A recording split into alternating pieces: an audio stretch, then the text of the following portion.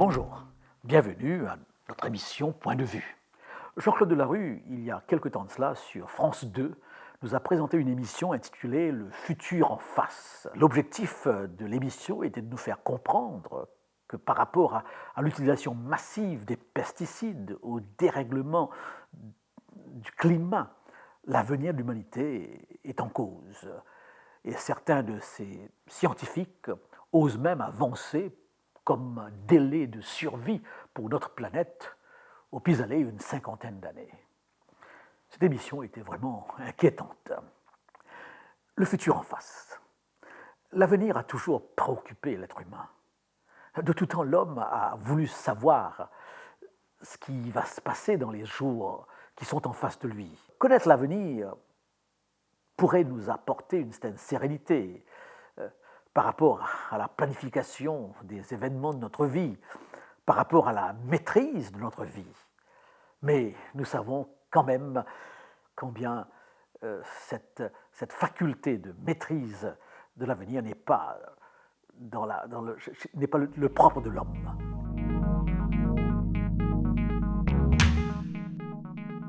Peut-on connaître l'avenir ?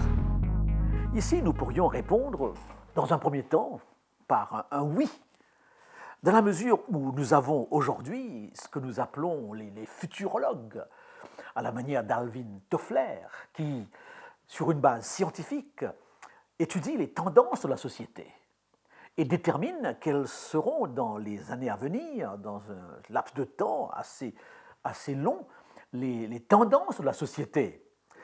Les scientifiques du Club de Rome, eh bien, sont les spécialistes de ces analyses. J'ai sous les yeux deux ouvrages. Un écrit par Nicolas Hulot, que tout le monde connaît, car Nicolas Hulot est le fondateur du FUA Nature. Et Nicolas Hulot nous dit que les jours du monde tels que nous le connaissons sont comptés. Comme les passagers du Titanic, malheureusement, nous fonçons dans la nuit noire en dansant et en riant, avec l'égoïsme et l'arrogance d'être supérieurs, convaincus d'être maîtres d'eux-mêmes comme de l'univers. Et pourtant, dit-il, les signes annonciateurs du naufrage s'accumulent, dérèglement climatique en série, pollution omniprésente, extinction exponentielle d'espèces animales et végétales, pillage anarchique des ressources, multiplication des crises sanitaires. Nous nous comportons comme si nous étions seuls au monde et la dernière génération d'hommes a occupé cette terre. Après nous, le déluge. Il lance donc un cri d'alarme. Et ce spécialiste de l'écologie nous donne des faits clairs montrant très bien que l'avenir de l'humanité est en jeu. Donc, dans cette perspective, une connaissance de l'avenir est possible. Un deuxième livre, sorti récemment des librairies, de Martin Rees. Martin Rees, qui est une des grandes figures de la cosmologie contemporaine. Son livre est intitulé « Notre dernier siècle » et Martin Rees se demande avec inquiétude si l'humanité survivra à notre siècle.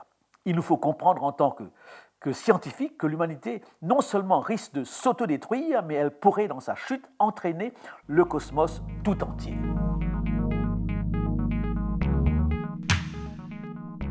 En demandant à l'homme de remplir et dominer la Terre, Dieu n'est-il pas responsable des problèmes écologiques qui nous menacent ? Je dirais catégoriquement non. Car si nous lisons attentivement le récit de la création, nous constatons que Dieu évalue sa création en ces termes. Tout était bon, tout était très bon, et avec l'institution de ce que nous appelons le jour du repos, de ce que le texte appelle le jour du repos, cette sanctification du jour du repos, nous pourrons dire que tout était excellent. Une nature marquée par la quantité, par la diversité, par la beauté, et une nature où l'excellence s'exprime dans la gloire de Dieu. Le bon devient très bon lorsque ce bon sert à quelqu'un. L'homme et la femme sont là dans ce jardin pour profiter, pour goûter cette nature si belle. Et leurs actions deviennent excellentes lorsque tout est fait pour la gloire de Dieu. Donc c'est difficile à partir de ce texte de croire ou de que ce texte a ouvert la voie à une domination systématique, une exploitation catastrophique de la nature. Le problème ne serait pas avec le texte, le problème serait avec ce qu'en a fait l'homme, car le récit de la création nous présente aussi cette liberté de l'homme par rapport à la création de Dieu. Deux textes de l'Apocalypse répondront sans discussion, sans hésitation à ce reproche. Apocalypse au chapitre 7 et au verset 3, « Ne faites point de mal à la terre, ni à la mer, ni aux arbres, jusqu'à ce que nous ayons marqué du sceau le front des serviteurs de notre Dieu. » Donc un ordre formel de ne pas faire du mal à la terre. Et au verset 18 du chapitre 11, « Les nations sont irritées, ta colère est venue, ton jugement est venu, et le temps est venu de juger les morts, de récompenser tes serviteurs les prophètes, les saints, et ceux qui craignent ton nom, les petits et les grands, et d'exterminer ceux qui détruisent la terre. » Que dit la Bible de l'avenir ? La Bible est claire. L'avenir n'est certainement pas entre les mains de l'homme. Par contre, Dieu se présente à nous comme le seul à pouvoir maîtriser l'avenir. Dans le livre du prophète Ésaïe, au chapitre 44 et au verset 7, nous lisons « Qui a comme moi fait des prédictions, qu'il le déclare et me le prouve, depuis que j'ai fondé le peuple ancien, qu'il annonce l'avenir et ce qui doit arriver. Qui a comme moi fait des prédictions ?» Et ici, le prophète compare Dieu avec les autres dieux, les nations environnantes, qui n'avaient certainement pas cette capacité d'annoncer aujourd'hui ce qui devrait se passer demain.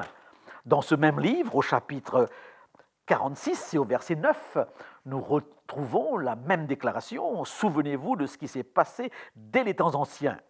Car je suis Dieu et il n'y en a point d'autre. Je suis Dieu et nul n'est semblable à moi. J'annonce dès le commencement ce qui doit arriver et longtemps d'avance ce qui n'est pas encore accompli. » La Bible, ainsi, contient environ 1000 prophéties. C'est important de le souligner. Et des prophéties qui concernent en premier lieu le Messie, le Christ. Si nous lisons attentivement l'Ancien Testament, nous serons frappés de constater combien pratiquement tous les grands faits de la vie de Jésus-Christ avaient été annoncés des centaines d'années avant sa naissance. Permettez-moi de vous donner un exemple classique, simple. Le prophète Michée, au chapitre 5 de son livre, nous parle de la naissance de Jésus-Christ dans la petite ville de Bethléem. Il dit « Et toi, Bethléem Ephrata, petite entre les milliers de Juda, de toi sortira pour moi celui qui dominera sur Israël et dont les activités remontent aux temps anciens, au jour de l'éternité. » Donc, le lieu de naissance du Christ avait été annoncé. Il semble qu'il existait à l'époque plusieurs Bethléem et le texte indique que l'événement se passerait à Bethléem Ephrata. Nous pouvons voir d'autres aspects de sa vie annoncés. La Bible est un livre prophétique et les prophéties bibliques sont en premier lieu de nature messianique, nous parlent de Jésus-Christ, qui est d'ailleurs le centre même de la Bible. Mais nous avons aussi des prophéties qui concernent les nations qui environnaient Israël. Des prophéties sur la ville de Tyr, la ville de Sidon, la ville d'Éphraïm, la ville de Sodome et de Gomorrhe, et surtout sur la ville de Babylone. Babylone va jouer un grand rôle dans l'histoire biblique. Babylone deviendra même le type de l'orgueil, de la tendance démesurée de l'homme de rivaliser Dieu, d'être Dieu. Et là, je lis dans Ésaïe 13, à partir du verset 19, une prophétie qui est claire sur le destin de Babylone. « Et Babylone, l'ornement des royaumes, la fière parure des Chaldéens, sera comme Sodome et Gomorrhe que Dieu détruisit, elle ne sera plus jamais habitée. » Cela nous rappelle ce que le Christ avait dit sur le temple de Jérusalem, qu'il ne restera pas ici pierre sur pierre, qu'il ne soit renversé. Donc, des verdicts définitifs sur certaines nations ou sur certaines villes. Et jusqu'aujourd'hui, ces prophéties se sont avérées justes.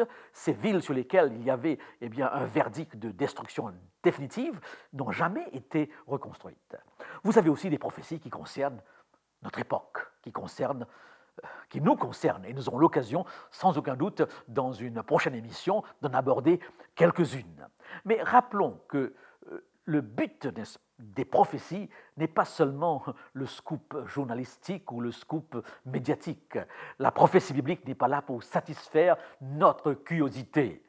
Un texte que nous trouvons dans l'épître de Pierre, justement, apportera des éclaircissements à ce sujet. Dans la deuxième épître de Pierre, au chapitre 1, et au verset 19, nous lisons « Et nous tenons pour d'autant plus certaine la parole prophétique ».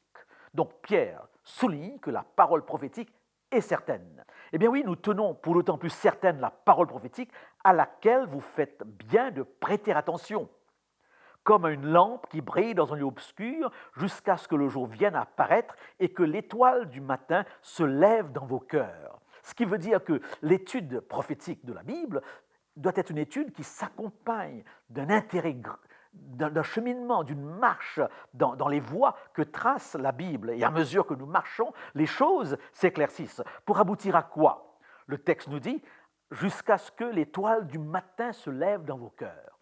L'étoile du matin dans la Bible, c'est le Christ lui-même. Et une fois de plus, nous revenons à cet élément si important que l'objectif final de la révélation de Dieu, c'est la connaissance de Jésus-Christ. C'est Jésus-Christ, afin que le Christ, que la relation avec Jésus-Christ puisse devenir entre l'être humain et Jésus-Christ quelque chose de grand. Donc l'étude prophétique ne se fait pas comme c'est le cas pour les prophéties de Nostradamus ou de Saint Malachie. Ce n'est pas une étude dont l'objectif est tout simplement de prévoir ce qui se passera. Non, c'est une étude dont l'objectif est de rapprocher l'individu à Jésus-Christ. Donc rappelons que notre monde actuellement se trouve dans une situation particulière par rapport à la destruction du système écologique, du dérèglement climatique. Et là, c'est l'homme lui-même qui détruit son habitat ou qui l'exploite à un point où il en paiera lui-même les conséquences. L'avenir, donc, de ce côté-ci, est sombre. Ce sont les scientifiques eux-mêmes qui le disent. Et que la recherche de l'avenir est là au fond du cœur humain, car il pense que la maîtrise de l'avenir lui donnera la maîtrise de sa vie.